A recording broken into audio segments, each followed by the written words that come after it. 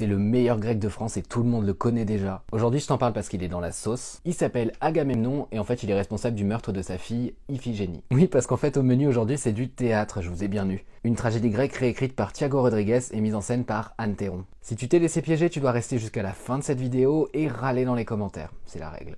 Je suis Mathis Grosso, je passe ma vie au théâtre et je vous le raconte sur les réseaux sociaux et dans un podcast qui s'appelle Dramatis. Mathis, drama, Dramatis, vous l'avez ? Iphigénie, c'est l'héroïne de Euripide et Racine, à laquelle Thiago Rodriguez entend donner un nouveau souffle. Thiago Rodriguez, c'est un dramaturge, metteur en scène et accessoirement le directeur du Festival d'Avignon, excusez du peu. Alors moi je comprends jamais rien aux tragédies grecques avant de les voir sur scène, mais j'ai une bonne nouvelle pour vous. La mise en scène de Anne Théron entend éclairer tout ça. Parce que quand les héros vont se faire voir chez les Grecs, globalement, tu sais que pour le happy end, c'est un peu comme pour la gauche au pouvoir.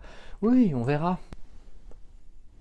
Alors pour matérialiser la tragédie, l'immaîtrisable, l'immensité, Anne Théron, elle imagine des îlots qui se disloquent sur le plateau. On est sur la plage, on attend que le vent se lève, et s'il se lève à la même heure que moi, globalement, on peut attendre une bonne semaine. Et donc Anne Théron, elle crée des tableaux dans lesquels la nature s'impose, la mer, le ciel, le drama quoi. Les mêmes questions éternelles se posent sur scène, le pouvoir qui corrompt, la nécessité de faire la guerre, le fait de sacrifier des femmes, parce que ça les Grecs apparemment ils adorent, mensonges, croyances, meurtres. Sauf que tous ces enjeux sont posés complètement différemment.